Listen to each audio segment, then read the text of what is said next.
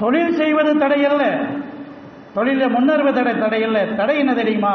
அல்லாஹ்வை மறந்து அதிலே பேசிடக்கூடாது. அவர் அல்லாஹ்வை மறக்கவில்லை, தொழுகையிலே அவர்கள் அலட்சியம் செய்யவில்லை, தொழிலில முழுமையாக இறங்கினதுனால தொழுகையை மறந்து போகவில்லை. தொழுவார்கள் என்று அல்லாஹ் சொல்லவில்லை. இகாமிஸ்ஸலாம், தொழுகையை முறையாக நிறைவேற்றுவார்கள்.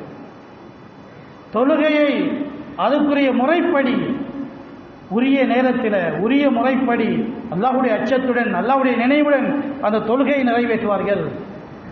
அடுத்தது வைதாய் ஜக்கா, அவர் பொருளாதாரத்தில் அவர்கள் முன்னேறிக் கொண்டு போனோம் என்ற தொடரில் வியாபாரத்தில் ஈடுபட்டாலும் ஜக்காத்தில் கணக்கிட மாட்டார்கள்.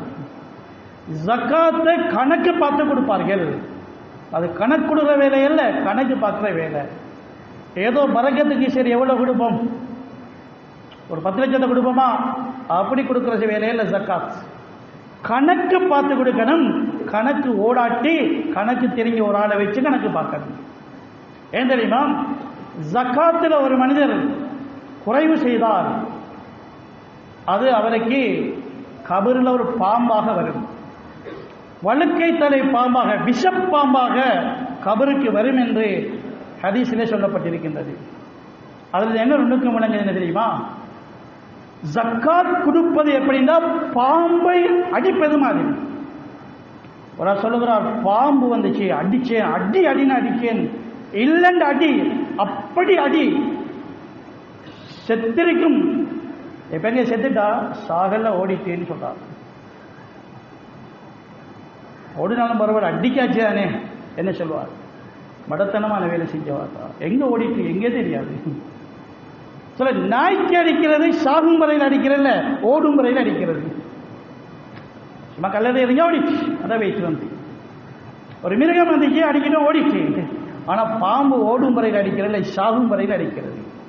அது சாகனம் இல்லாட்டி அதை இங்கே பள்ளி வாங்குவதற்கு காத்து கொண்டிருக்கும். ஜகாத் அதுதான்.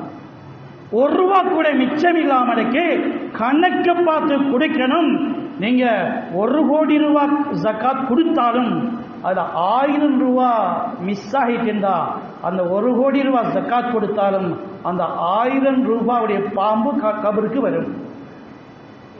அவர் நாட்டிலேயே பெரிய ஒரு தொகை ஜகாத் கொடுத்த மனுஷனாக இருக்கலாம், அவர் கணக்கு பார்த்து கொடுக்கலையே.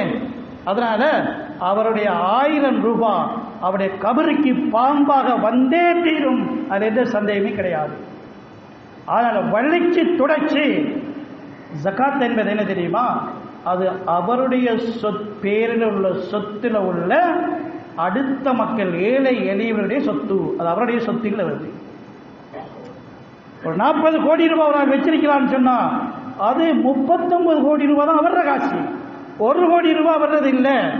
அந்த ₹1 கோடியையும் கொடுத்துத்தான் ஆகணும். அவர் ₹90 லட்சம் கொடுத்து சரி வராது. கொடுத்தால் ₹10 லட்சம் பாம்பு கபருக்கு வந்தே தீரும். அதனால அல்லாஹ்வுடைய முடிவு அது. அவர் ஜக்காத்தில் விளையாட இயலாது, கொடுத்துத்தான் ஆக வேண்டும். அல்லாஹ் என்ன சொல்கிறான்?